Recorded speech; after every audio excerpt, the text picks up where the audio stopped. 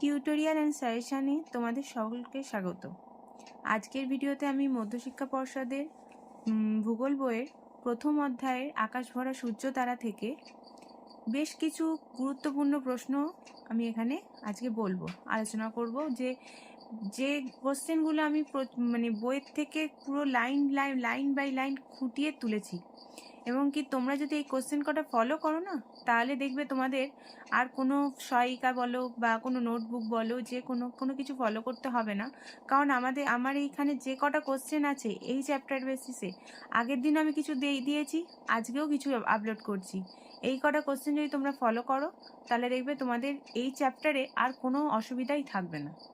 তোমরা প্লিজ এই চ্যানেলটাকে সাবস্ক্রাইব করো আর এই চ্যানেলটাকে ফলো করো, আর তোমরা ভালো করে এই কোশ্চেনগুলো তৈরি করে নাও, তাহলে দেখবে তোমাদের সত্যিই খুব সুবিধা হবে। এবং আগের দিনে যে জিনিসটা আমি আপলোড করেছিলাম তা আমি আমার ডেসক্রিপশন বক্সে দরকার হলে দিয়ে দেবো, এবং তোমরা সেগুলো প্লিজ ফলো করো, ঠিক আছে? আজকের মতো আমি এই কোশ্চেনগুলো দেওয়া শুরু করছি, তোমরা এটা ফলো করো। তাহলে আমরা চলে যাই আমাদের মূল পড়ায়। 1 নম্বরে আমি লিখেছি, সূর্য পৃথিবীর থেকে 13 লক্ষ গুণ ভারী।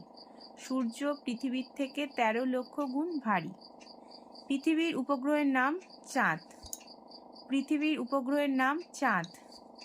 আমেরিকা যুক্তরাষ্ট্রের মহাকাশ গবেষণা সংস্থা হলো নাসা। আমেরিকা যুক্তরাষ্ট্রের মহাকাশ গবেষণা সংস্থা হলো নাসা। 7টি তারা নিয়ে গঠিত সপ্তর্ষি মণ্ডল। 7টি তারা নিয়ে গঠিত সপ্তর্ষি মণ্ডল। মহাকাশে যাবার পোশাককে স্পেস স্যুট বলে।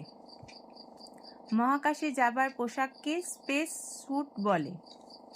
বৃহস্পতির সবচেয়ে বেশি উপগ্রহ। বৃহস্পতির সবচেয়ে বেশি উপগ্রহ। বৃহস্পতির সবচেয়ে বেশি উপগ্রহ। আলোকবর্ষ কাকে বলে? বায়ু শূন্য অবস্থায় আলোর গতিবেগ সেকেন্ডে প্রায় 3 লক্ষ কিলোমিটার। বায়ু শূন্য অবস্থায় আলোর গতিবেগ সেকেন্ডে প্রায় 3 লক্ষ কিলোমিটার। এই গতিবেগে আলো 1 বছরে যতটা দূরত্ব পার হয় তাকে বলে 1 আলোকবর্ষ।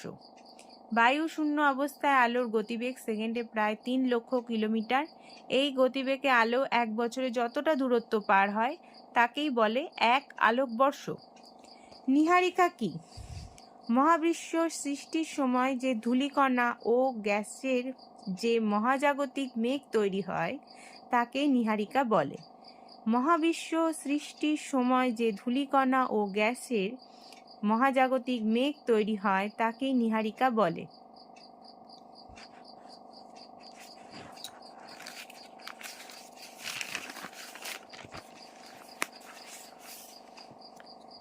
প্লুটোকে বামন গ্রহ বলা হয় কেন?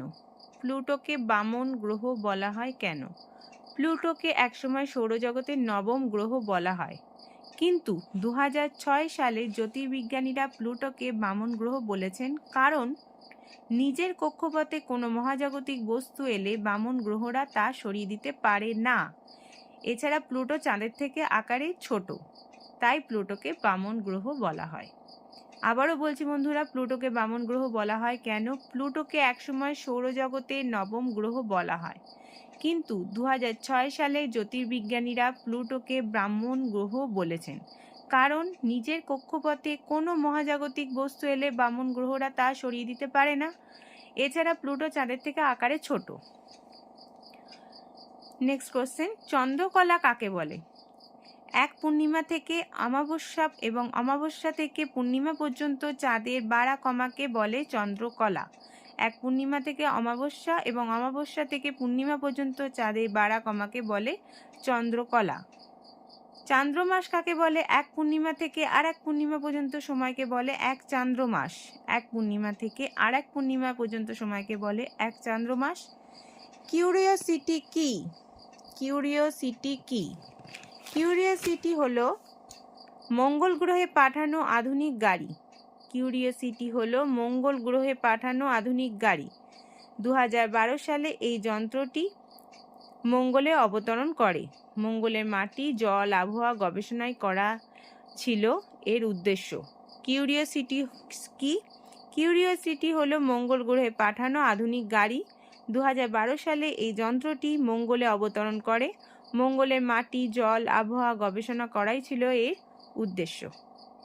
তাহলে আজকে যে কটা কোশ্চেন আমি তোমাদের বললাম এবং আগের দিনে যে কটা কোশ্চেন ভূগোলের প্রথম অধ্যায় থেকে আমি দিয়েছি, এই কটা কোশ্চেন যদি তোমরা একটু ভালোভাবে তৈরি করে নাও, তাহলে দেখবে তোমাদের প্রথম অধ্যায় ভূগোলের ষষ্ঠ শ্রেণীর থেকে কোনো অসুবিধাই হবে না। আগের দিনের লিঙ্কটা আমি ডেসক্রিপশন বক্সে দিয়ে দিচ্ছি। ঠিক আছে, আজকের মতো এইটুকুনি। আর তোমরা ভালো থেকো, আর আমার চ্যানেলটাকে প্লিজ সাবস্ক্রাইব করো। Please please please subscribe me.